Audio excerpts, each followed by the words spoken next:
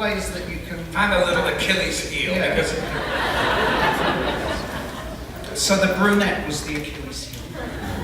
Yes, and then, so a week later, Stanley, we were sitting having whatever, Chinese or something, and he said, by the way, he had a theory about the Chinese restaurants in Boreham Wood.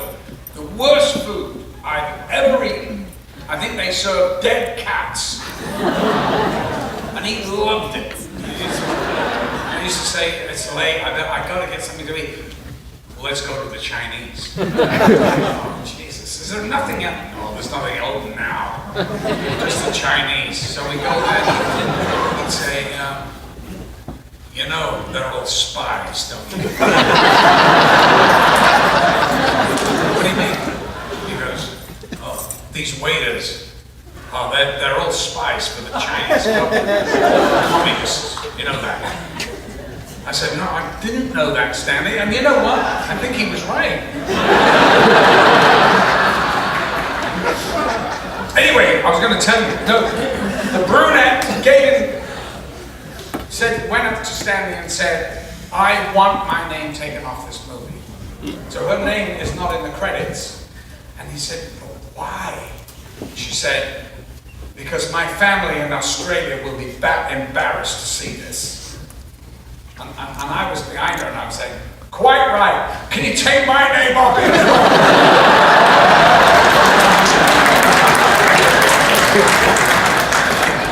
He had two people and another actor who said, here's the script. He came up to me and he goes, he gave me the script back. I went, so? He goes, nobody ever gives Stanley Kubrick the script back. I went, why not? Maybe he thinks you need an actor. He goes, no, they want them as a souvenir. I went, oh, really? Gee. Well, the guy was Anthony, what's his name? The guy that played the Minister of the Interior at the end. What happened was he had a long, you'll see it, dialogue thing. Right at the end, I'm in the hospital bed, and I could see Kubrick out of my periphery vision. He's just looking at his watch, yawning. I go, oh, God. I just don't want him to recast the part because he'd recast 28 actors already.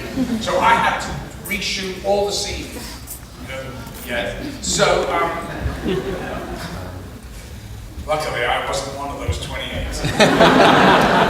Anyway, so he basically has the wrap-up of the movie, you know, and he's feeding me and stuff.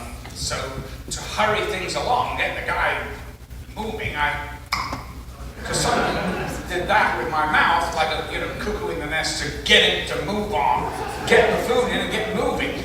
And I look over and I see Kubrick stuffed his handkerchief in his mouth. He was laughing so hard. And he made the whole scene about... The guy was so pissed. And by the way, he just gave him the script back and he goes, I think you may be needing this. Kubrick was like, did you see that? Did you see that? Well, yeah, I saw it. Yeah, I saw it. But it's amazing how things you do, you know, there's a great deal of, you know, when people talk about acting as this sort of very sort of mysterious thing, there's a lot of, forgive me, bollocks. I'm glad you said that. Right, a lot of bollocks talked about it, and then you see, and that moment is so memorable at the end of the film, as you say, like a sort of, like a cuckoo in the nest, and that it came out of frustration. Yeah. It's amazing how these little sort of moments that you can see in film that are just purely in the moment. The camera was rolling, you did that thing, and it woke Stanley up. It not only woke him up, but then this is the genius of the man, you know, that he wasn't tied to storyboards, and he, you know, obviously not, because it took a year to shoot the bloody movie. So, you know, hey, it's not happening today, let's pack up and go home, I'll rethink it. And that goes on for a week, and we're sitting there for a week trying to figure out how to, the droogs come in, rape the girl, and, you know, kick the old guy in the box. So what makes him, I think, Kubrick special, and this is what makes, I think, the great directors, is it's having that instinct and the ability to notice something, to always be watching. Yes. That's if you want to call it genius, that's where it is, that you are aware, so that you capture those moments, you recognize them and capture them when they happen. Well, look, you know, that's a gift, and that goes for anyone who's in for acting too, right? Same thing. A musician, or or painter, whatever. It's across the board. Yeah. It's that thing. I think it's a thing you can't teach. You can hone instinct because you can do something and practice it, but you can't teach it. You can't give it. No. It's the sort of thing that you have, and that's probably, I'm sure that happened, I mean, throughout the film. It did. Where he was... It did, you know, I remember saying to him, because we had so long to, you know, in pre-production. This is when you're, you know, doing costume, makeup, blah, blah. And you played table tennis? Rehearsals? No, he didn't rehearse. No, you played ping pong.